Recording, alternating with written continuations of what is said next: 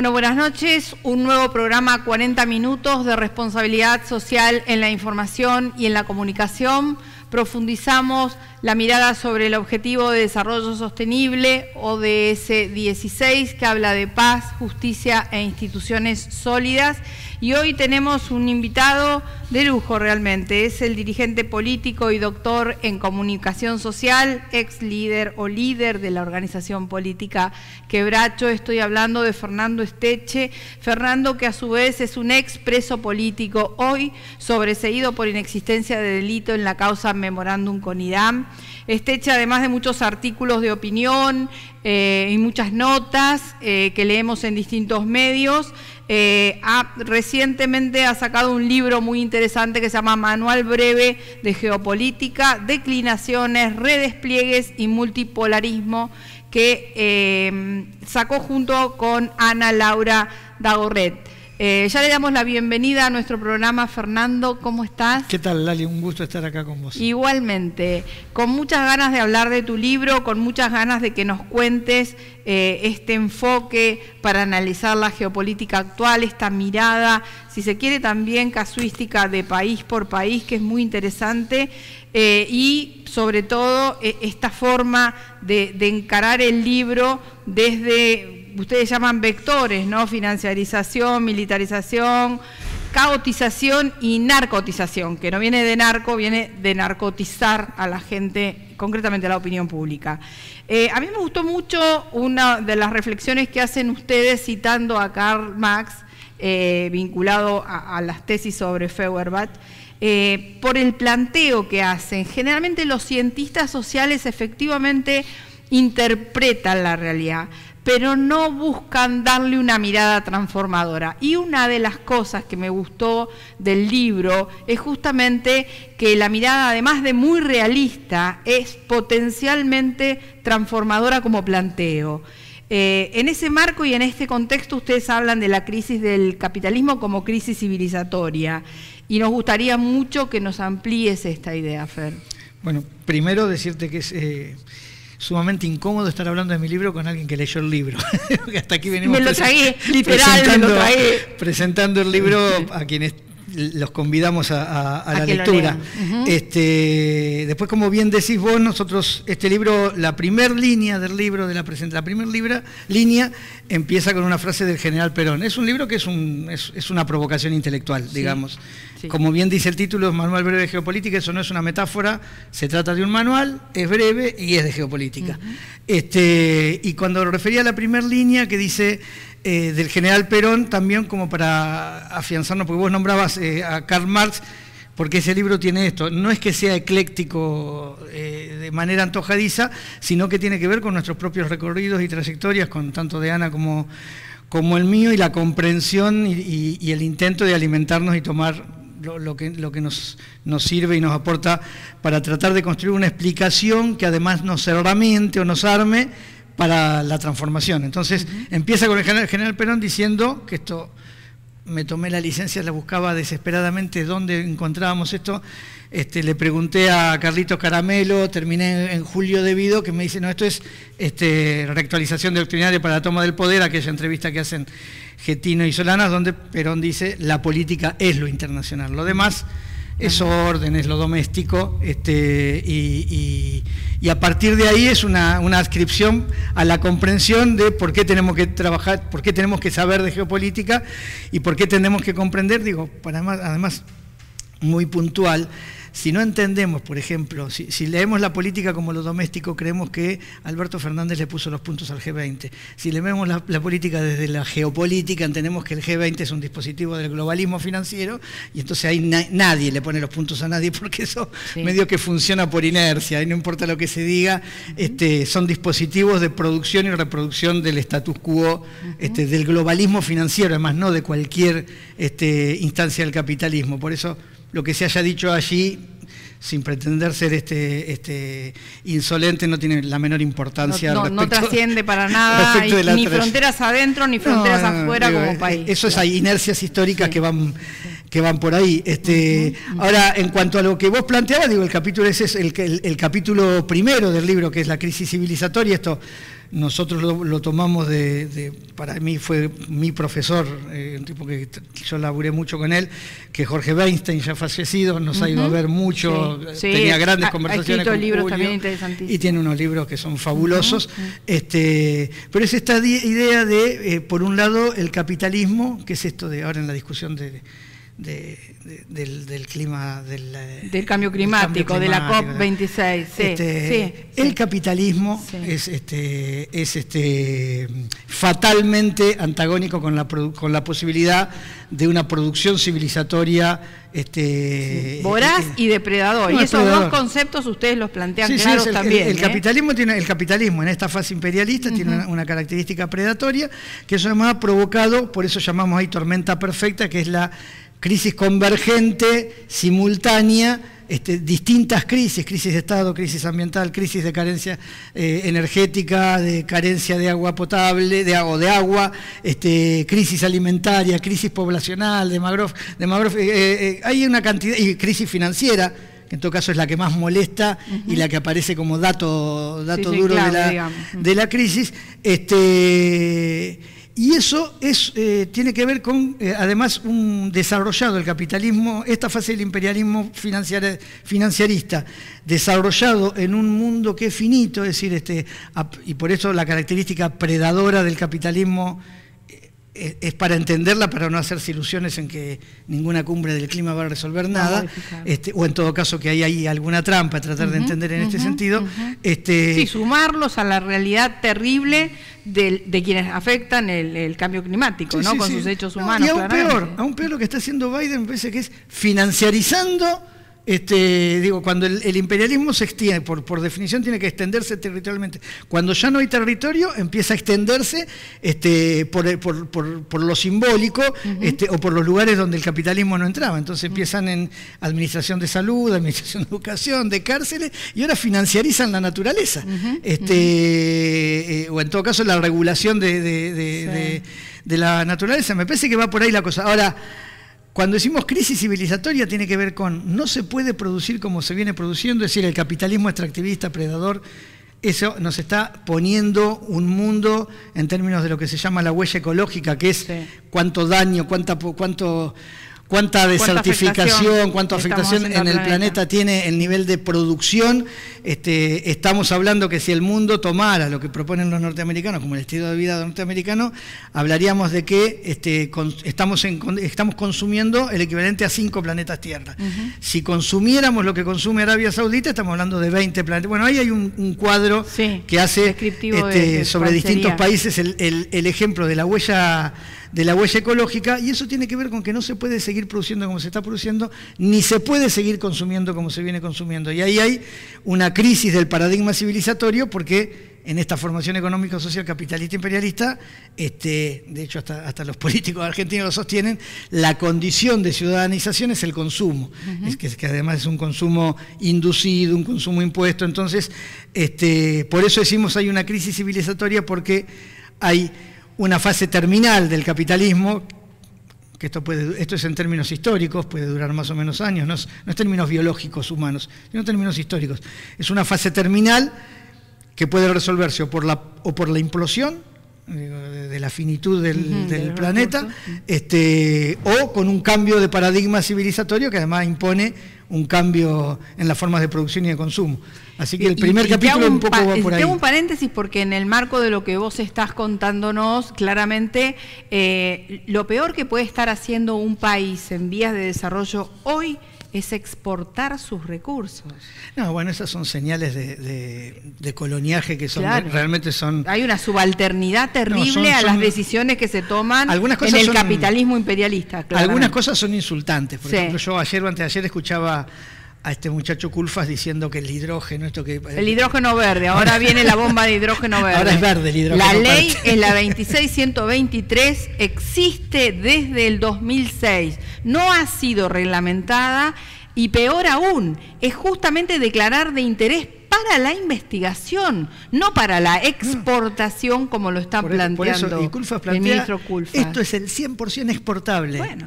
¿Pero qué quiere decir el 100%? Sí, o sea que no queda nada acá. Olvídate de planta en tierra, olvídate de producción nacional, olvídate de trabajo genuino, la van a sacar como por un tubo. Es que yo creo que el COP26 tiene que ver con eso. Esto ha pasado en África, con la Revolución Verde en África, llamaron Revolución Verde a lo que fue suplantar los suelos para producción de alimentos por suelos para producción de oleaginosa para el combustible. Eso generó una hambruna formidable en el África. Bueno, lo mismo están planteando para el resto del mundo hoy. En el COP26 están discutiendo estas cosas. Por eso cuando algún ministro se lo regodea y dice, uy, mirá lo que logramos. Parece como que hubieran ido a sacarse fotos, pero no para hacer planteos. No, son gestos de coloniaje. Y eso es un problema de incomprensión. Pero bueno, los principales dirigentes nacionales, por eso es un manual que propone formar dirigentes, tienen una incomprensión bastante seria de la situación geopolítica, al punto que no comprenden, hay un G20 donde no está Rusia. Hay un mundo que hoy está planteando, lo decía Xi Jinping el otro día, el primer chino, dice, la multipolaridad ya está, no es una promesa, no es una amenaza, no es algo que viene, es una cosa que está instalada. Más de la mitad de la humanidad, está bajo el esquema de producción y de comercialización de los chinos y de los rusos, de la Asociación de Cooperación de Shanghái. Y nosotros pensamos el mundo en el rinconcito donde estamos, occidental, atlantista, intoxicados, pero eso me parece interesante. Sí, el planteo de multipolaridad a mí me interesó mucho. Me gustaría que nos amplíes un cachito más la visión que acabas de dar, porque me parece importante esto donde estamos entrando claramente. Bueno, el manual es eso, plantea declinacionismo, redespliegue y multipolaridad. Declinacionismo, ¿de qué está hablando? Está hablando de el hegemón imperialista, que hoy es unipolar, que es atlantista, que son los Estados Unidos de América fundamentalmente, y alguna plataforma, alguna cabeza de playa europea. Eso está en declive, está en declinación. Hay distintos datos, Paul Kennedy, Fareed Zakaria, hay distintos autores que van a dar datos. Ellos, Kissinger, Brzezinski, ellos dan los datos ellos diagnostican su problema de declinacionismo, de pérdida de hegemonía. Como contracara la pérdida de hegemonía se producen dos movimientos. Una es un redespliegue, una ofensiva de salir a ocupar, a recuperar hegemonía. Eso se traduce en América Latina, por eso el mapa de América Latina es lo que es, por eso Jake Sullivan viaja como viaja por todos lados, o este chico Juan González, el amigo de Massa, da tantas vueltas por todos los países de América Latina. Por eso ahora el futuro embajador Stanley dice lo que dice. Por eso Stanley se permite decir lo que dice, porque estamos en una doctrina Monroe remozada. Los tipos están volviendo a plantear ese redespliegue. Habrá que ver cómo los pueblos responden a eso. Entonces, y el otro movimiento que se plantea, que corresponde a este declaracionismo, es la emergencia de otro polo, que en vez no es otro polo, sino que son son varios polos, por eso se habla de la multipolaridad, que nacen fundamentalmente, yo diría que ahí hay distintas asociaciones, pero que fundamentalmente la impronta de los rusos y los chinos, en esto hay muchos puntos, muchos datos históricos que van a ir conformando esta posibilidad de multipolaridad. Y en esto el repliegue de Estados Unidos de Irán juega también importante para visibilizar En Estados Unidos lo que hay que pensar no es siempre lo mismo, esta idea de que son lo mismo. Trump expresa una fracción del imperialismo atlantista y Biden, que fue el vicepresidente de Barack Obama, expresa otra. Recordemos que Barack Obama es el que hizo el acuerdo 5+1. Acá era memorándum con Irán, no casual, no es que se le ocurrió a alguien arreglarse con Irán. Estaba en el marco de la lógica geopolítica global, que era descomprimir Medio Oriente. Los tipos se cansaron de saquear y depredar Medio Oriente, y en esa descompresión de Medio Oriente, que es crear un nuevo mapa de Medio Oriente, eso es lo que plantea esta fracción del imperialismo que hoy gobierna en Estados Unidos. No es lo mismo que Trump. Trump en esto... Trump plantea la ocupación directa, Trump por eso hizo Siria, Libia.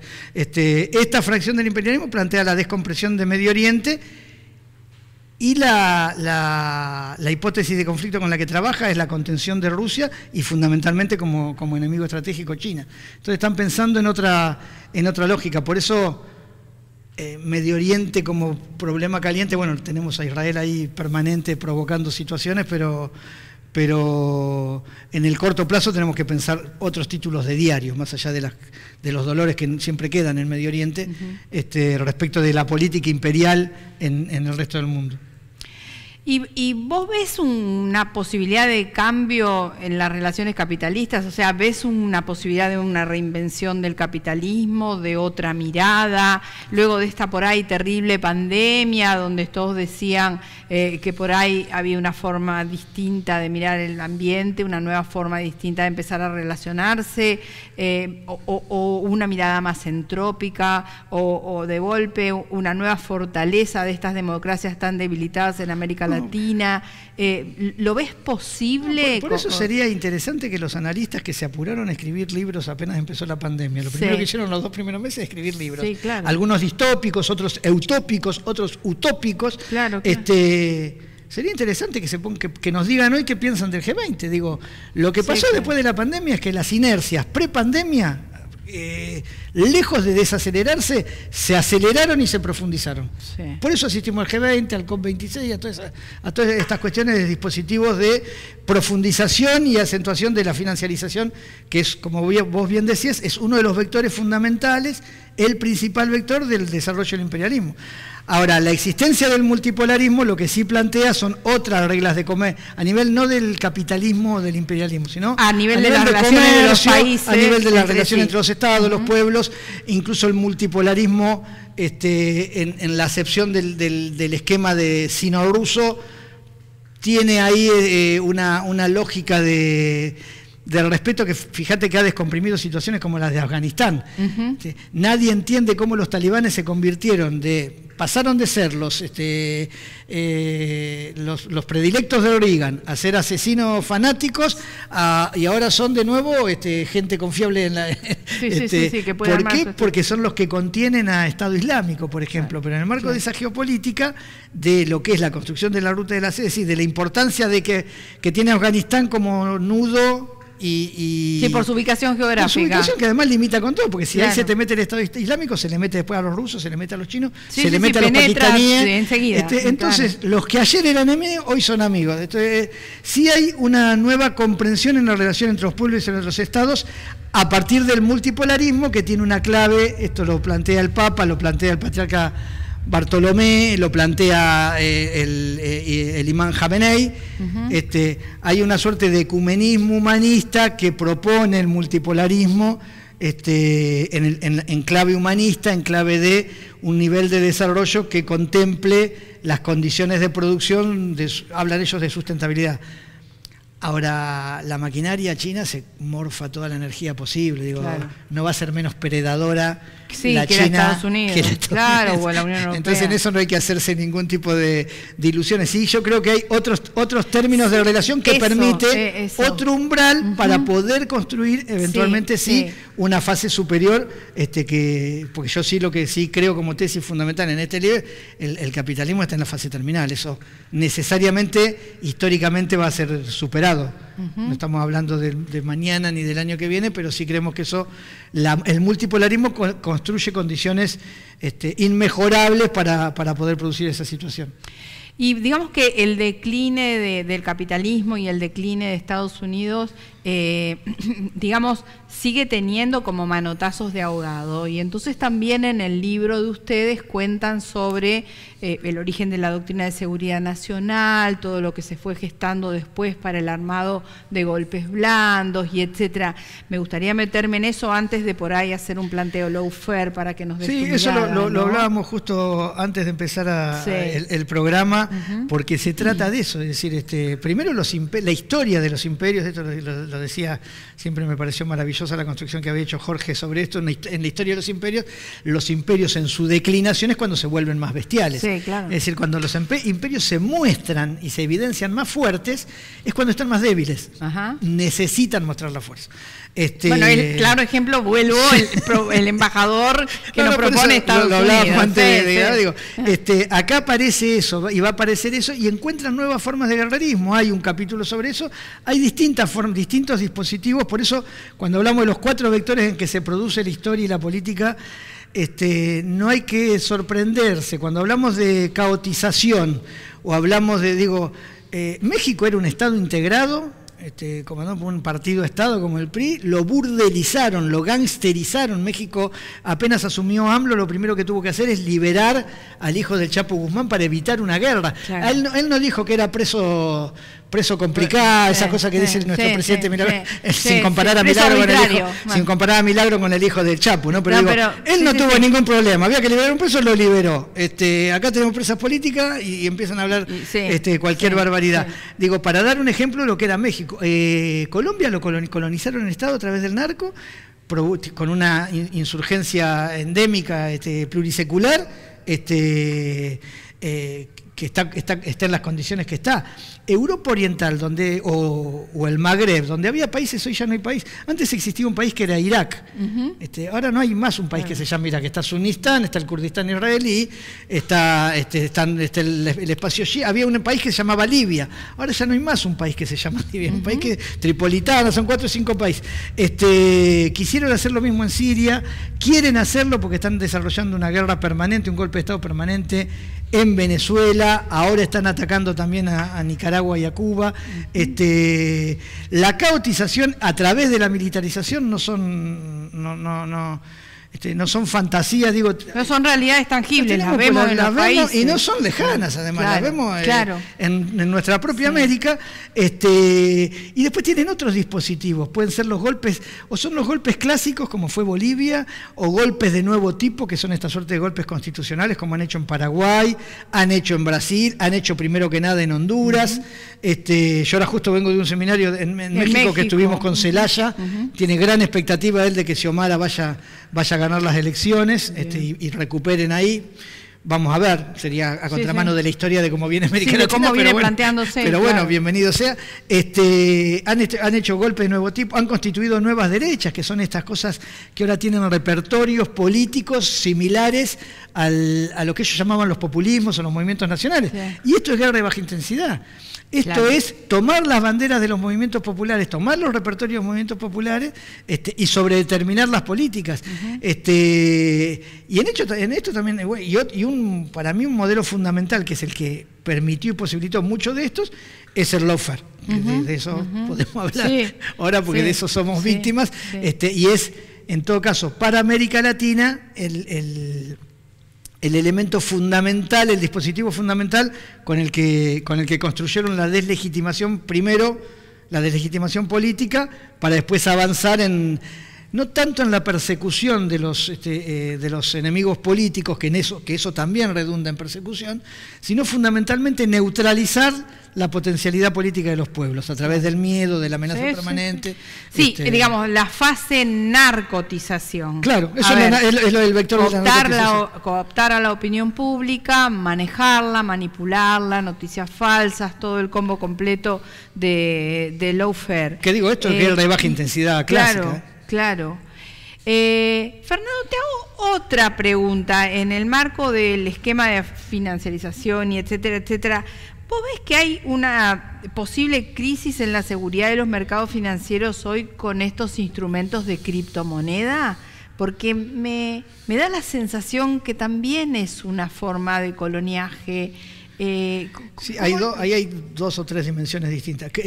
Inestabilidad en los mercados financieros, ya te digo, sí. Sí, claro. De hecho, hoy está el dólar un montón de plata. Claro. Y mañana 20 personas o menos pueden resolver una corrida cambiaria que sin terminales políticas te cambia el panorama en este país y en cualquier país de América Latina. Eso desde ya. Las criptomonedas tienen fundamentalmente 2 vectores. Uno es la criptomoneda imperialista atlantista, que son los bitcoins, la integrada, el escándalo que hay ahí en El Salvador, tomando el Bitcoin como moneda nacional. Que hay una suerte de planteo de penetración desde ese lugar. Pero por otro lado están los chinos y los rusos laburando con criptomonedas propias, valorizadas a más de $1 y que cotizan y demás, que les permiten a ellos contrarrestar en una guerra financiera de criptomonedas la posibilidad de inestabilidad de mercados con la criptomoneda. Por eso te digo que es ahí, las criptomonedas no son otra cosa que Es como la securitización de las hipotecas en su momento. Exacto. Bueno, burbujas son burbujas. No, claro, burbujas, son herramientas burbujas. Bueno, los bonos verdes son burbujas, las LELIC en Argentina. Sí, a menos que nos den por cancelar alguna deuda virtualmente, no es una virtualidad. Lamento por Cabandier que esos sueños que él tiene que no van a suceder, pero claro que son burbujas, son de burbujas financieras, como todas las otras. La diferencia es que se llaman criptomonedas y tiene acceso todo el público y las compra por internet, no es otra cosa. No hay otra cosa. Para terminar, quiero que nos cuentes un poco del tema de tu causa, porque sé que has hablado mucho cuando te sobreseyeron por inexistencia de delito, pero claro, claramente una de las cosas que vos dijiste, que a mí me resultó como muy fuerte también y hasta dolorosa si se quiere, es estos mismos que ahora dicen que hay inexistencia de delito, me tuvieron 2 años preso y me negaban la excarcelación, me negaban la domiciliaria, me tenían de rehén. Y esto es como doloroso socialmente. La gente tiene que saber que gente que en algún momento debe haber pensado que era razonable en la inexistencia de delito, más allá de que el memorándum no tuvo vigencia, que bla, bla, bla, que era una cuestión política claramente no judiciable. Hubo gente como vos estuviste 2 años preso. Danos esa impresión. Yo siempre sostengo, en esa causa soy una figura de reparto absoluta, de un decorado, pero era el más posible de los presos posibles. De toda esa causa, de los 30 procesados, era el más posible. Era como para armar el cuco. Claro, y por eso estuve de todos los 30 procesados, yo 2 años, los demás libres, pero en una causa en la que absolutamente claro que no tenía nada que ver. La causa es un invento, no es delito, pero además de eso, yo no tenía nada que ver con la causa. Claro. Pero al margen de eso, es lo que decís vos, estas 3 personas que hoy dice eso tiene que ver con los juegos de la política. Recurrentemente los mismos 3 jueces que me negaron a mí la posibilidad de salir de la preventiva, de levantarme la preventiva, son los que me la negaban por peligrosidad o por cualquier otro tipo de argumento, y hoy por primera vez desde el 94 en adelante, la primera vez que no estaría con una tutela judicial por primera vez en mi historia militante.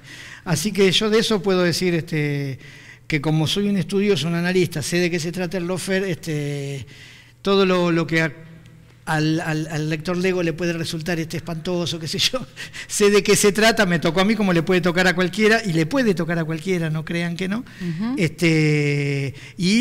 Nos ha tocado estar en una trinchera en el marco de una batalla, en el marco de una maniobra del imperialismo para neutralizar la posibilidad de la producción política popular en Argentina. Por eso, no casualmente, me tocó la fortuna, a la que voy a estar agradecido, parece una locura, pero yo estoy eternamente agradecido de haber podido compartir estos años, los más oscuros de mi vida, también los más luminosos, porque estuve con Julio, del cual aprendo y aprendí mucho en ese momento, porque me aprendo todos los días, me hice amigo, no somos amigos, pero además te descubre como hombre, en lo individual y en lo colectivo. Pero por eso no casualmente han estado Julio, han estado Amado, han estado Roberto, es decir, resultó de la peor vivencia la mejor experiencia. No fueron cualquiera también. Yo en esto sí quiero decir, hay que preguntarse, aunque es injusto, ¿por qué fueron estos y por qué no fueron otros? Cuando la primera línea eran varios. Entonces yo ahí siempre reivindico y me enorgullezco de haber estado con estos, donde yo insisto en esto, yo sí era un cualquiera, los demás eran figuras de primera línea que claramente el imperialismo los tenía que perseguir porque son la reserva ideológica, política de nuestro pueblo. Bueno, así que Fernando Esteche, millón de gracias por haber estado hoy en nuestro programa 40 minutos de responsabilidad social en la información y en la comunicación. Y por favor, lean el libro. Si querés acceder a los mejores contenidos, entrevistas, informes y novedades sobre responsabilidad social, conectate a www.responsabilidadsocial.tv. Este año, formate en responsabilidad social. Hoy, el conocimiento solo no alcanza. En EduForce te ayudamos a comprender la realidad y te damos las herramientas para llevar la responsabilidad social al interior de tu organización. Desde un proyecto hasta una estrategia integral, te enseñamos a diseñarlos, ejecutarlos y a medir y comunicar los resultados. En nuestra plataforma digital podés encontrar textos, videos y participar de clases en tiempo real con el profesor y otros alumnos. Lo haces a tu ritmo y desde la comodidad de tu casa. Llevamos más de 10 años formando las nuevas generaciones de líderes comprometidos con el desarrollo sostenible y ahora también en perspectiva de género. Ingresá en eduforce.com e inscribite. Fuerte.